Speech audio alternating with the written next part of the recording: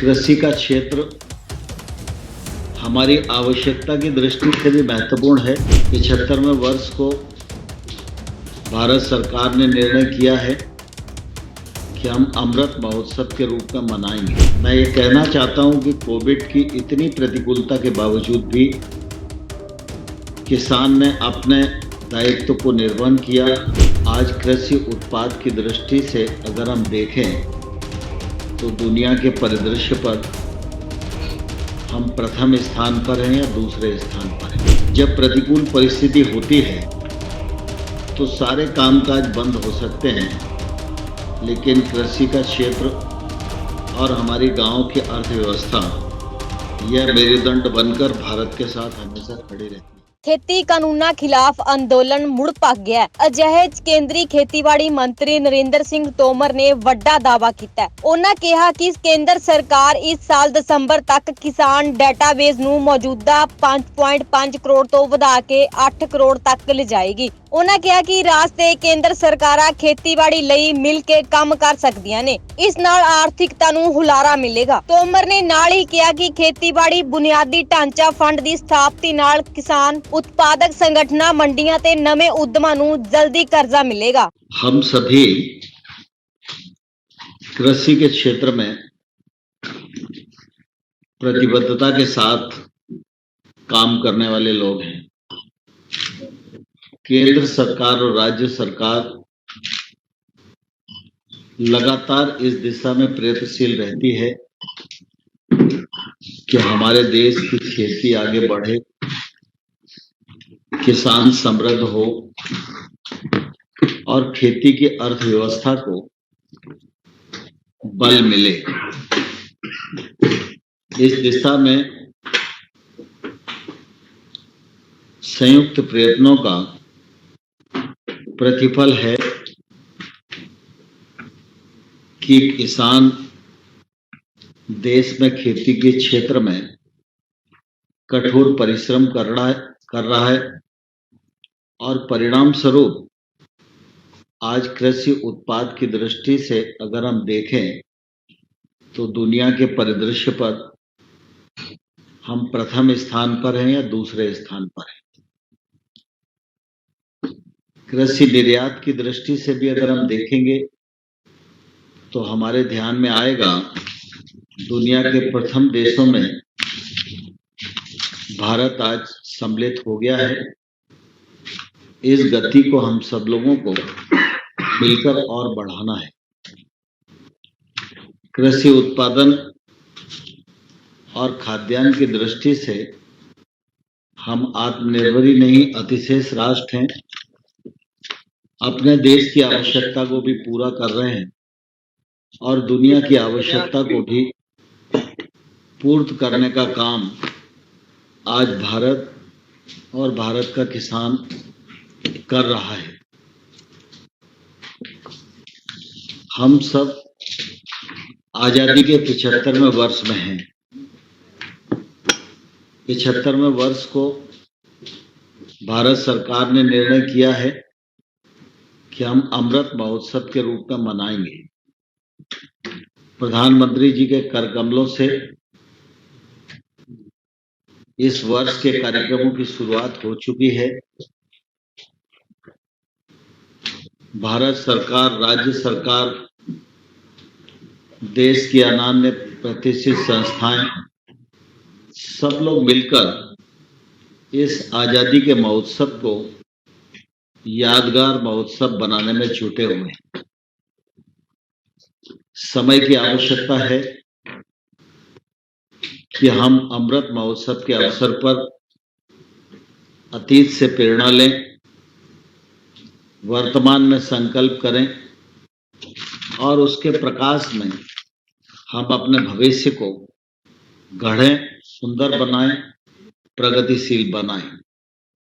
इस दिशा में यह वर्ष हम सब लोगों के लिए बहुत उपयोगी है। जब कृषि के क्षेत्र की बात हम सब लोग करते हैं तो स्वाभाविक रूप से हमारे ध्यान में आता है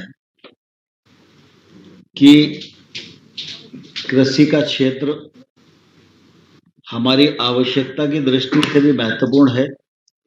और अर्थव्यवस्था की दृष्टि से भी महत्वपूर्ण है। जब प्रतिकूल परिस्थिति होती है तो सारे कामकाज बंद हो सकते हैं, लेकिन कृषि का क्षेत्र और हमारी गांव की अर्थव्यवस्था यह मेरुदंड बनकर भारत के साथ हमेशा खड़ी रहती है। अभी पिछले दिनों देश ने कोविड के संकट का सामना किया। प्राय सभी अर्थव्यवस्थाएं थम सी गई थी, लेकिन भारत सरकार ने लॉकडाउन के समय में भी कृषि के क्षेत्र को जो आवश्यकता अनुसार सहूलियतें आवश्यक थी वो सहूलियतें दी, और उसका परिणाम ये हुआ कि किसान ने फसल की कटाई भी की। सरकार की नीतियों के अंतर्गत पहले से अधिक उपार्जन भी किया गया और अगली फसल की तैयारी भी बिना किसी की चिंता किए हुए किसान ने की, और गत वर्ष से अधिक अगली फसलें बोने का काम भी किसानों के द्वारा हुआ। मैं ये कहना चाहता हूं कि कोविड की इतनी प्रतिकूलता के बावजूद भी किसान ने अपने दायित्व को निर्वहन किया, बम्पर पैदावार की, और कृषि की अर्थव्यवस्था ने देश की अर्थव्यवस्था में जो अपेक्षित योगदान था उससे अधिक देने का प्रयत्न किया। इसलिए आज आवश्यक है कि हम अपनी कृषि की अर्थव्यवस्था को और बल प्रदान करें, उसे और आगे बढ़ाएं, उससे तकनीक से जोड़ें, ज्ञान और विज्ञान से जोड़ें, जिससे कि आने वाले कल में हमारी खेती और समृद्ध हो सके। खेती का बड़ा रकबा है, बड़ी जनसंख्या खेती के क्षेत्र में काम करती है। ऐसे में अगर हम खेती को टेक्नोलॉजी से जोड़ने में सफल होंगे तो उत्पादन तो बढ़ेगा ही, उत्पादकता भी बढ़ेगी, खेती की लागत भी कम होगी, पारदर्शिता भी आएगी, और केंद्र सरकार राज्य सरकार की योजनाओं की एक ईमानदार पहुंच आम छोटे किसान तक हो सकेगी। अधिकांश स्थानों पर अधोसंरचनाएं विकसित होंगी, रोजगार के अवसर सृजित होंगे, प्रोसेसिंग बढ़ेगी, परिणाम स्वरूप किसान को उसके उत्पादन का वाजिब दाम मिल सकेगा। इसलिए भारत सरकार ने डिजिटल एग्रीकल्चर मिशन की कल्पना की है। इस दिशा में भारत सरकार ने काम प्रारंभ कर दिया है। भारत सरकार के पास पीएम किसान सम्मान निधि योजना के अंतर्गत लगभग 11-12 करोड़ किसानों का डाटा है। ये एक तौर से बड़ा बेस है, और भारत सरकार की अन्य योजनाएं जिनको डीबीटी करने का प्रयास किया उसके माध्यम से बहुत सारा डाटा इकट्ठा हुआ है।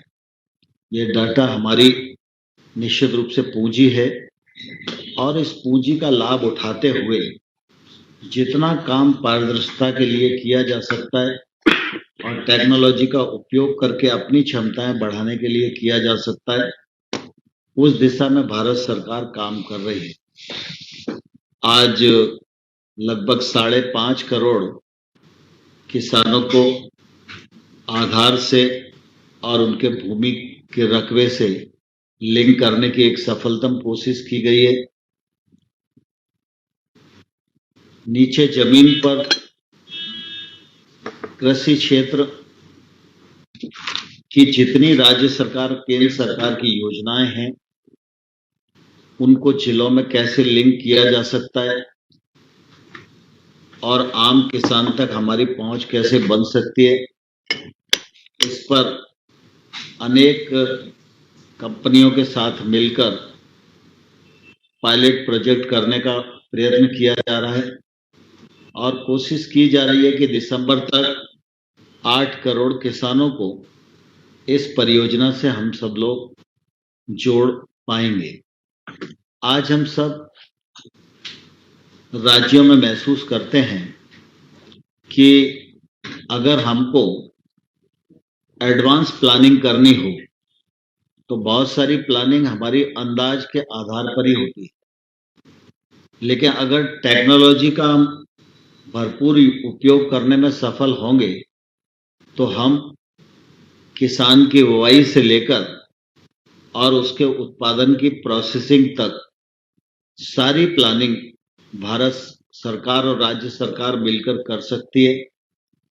उस योजना के आधार पर, कल्पना के आधार पर किसानों को परामर्श दिया जा सकता है, सहायता दी जा सकती है, उनके पास टेक्नोलॉजी पहुंचाई जा सकती है, जिससे कि फसलोपरांत भिन्न भिन्न प्रकार के जो नुकसान किसान को और देश को उठाना पड़ते हैं, हम उनसे भी बच सकते हैं। इस दिशा में हमारे कर्नाटक राज्य ने काफी अच्छा काम किया है। कल भी 15 राज्यों के मुख्यमंत्रीगण और मंत्रीगणों के साथ बैठक हुई थी और उसमें कर्नाटक राज्य ने अपना प्रेजेंटेशन किया था।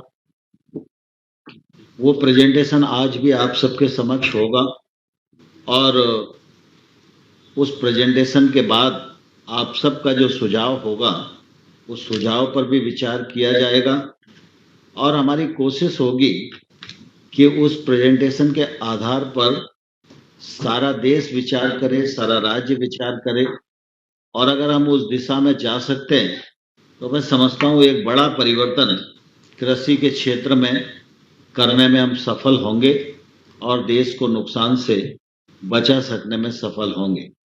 आप सबके ध्यान में है आत्मनिर्भर पैकेज के अंतर्गत प्रधानमंत्री जी ने 1 लाख करोड़ रुपए के इंफ्रास्ट्रक्चर फंड की घोषणा की थी। उस पर काम प्रारंभ हो गया है। राज्य सरकारें भी सने सने आगे बढ़ रही हैं। मैं समझता हूं कि ये एक तौर से राज्यों के लिए और राज्यों के कृषि क्षेत्र के लिए बड़ा अवसर है, क्योंकि इतना बड़ा पैकेज, इतनी बड़ी सुविधा आज तक इतिहास में कृषि के क्षेत्र को निवेश की दृष्टि से उपलब्ध नहीं हुई। हम सब महसूस करते हैं कि नीचे इंफ्रास्ट्रक्चर नहीं होने के कारण किसान के उत्पाद का भी नुकसान होता है। सरकार जो उपार्जन करती है, सरकार को उसमें भी नुकसान भुगतना पड़ता है और किसान अगर अपनी फसल को कुछ समय के लिए रोकने की इच्छा रखता है, जब अच्छा भाव आए तब वो बेचे, इस प्रकार की अगर उसकी इच्छा रहती है तो इंफ्रास्ट्रक्चर न होने के कारण वह अपनी फसल को नहीं रोक पाता। परिणाम स्वरूप सस्ते दामों पर उसको अपनी फसल को बेचने के लिए मजबूर होना पड़ता है। कृषि के क्षेत्र में अधोसंरचना विकसित तो हुई है, लेकिन कुछ बड़े स्थानों पर ही विकसित हुई है और उसका जो उपयोग है, चाहे वो वेयर हाउस हो, चाहे कोल्ड स्टोरेज हो, वो व्यापार के क्षेत्र में ही हो रहा है। किसान को उस सुविधा का लाभ मिलना चाहिए, वो नहीं मिल पा रहा है। किसान को वो लाभ तब मिलेगा जब ये इंफ्रास्ट्रक्चर की पहुंच गांव तक होगी। इसलिए भारत सरकार ने प्राथमिक सहकारी समितियां, एफपीओ, एग्री स्टार्टअप्स, कृषि उपज मंडी, राज्य सरकार, केंद्र सरकार की जो इस क्षेत्र में काम करने वाली एजेंसियां हैं, उन सबको इसमें सम्मिलित किया है और यह कोशिश है कि जहां इंफ्रास्ट्रक्चर के लिए गैप्स बाकी हैं, उन गैप्स को भरा जा सके।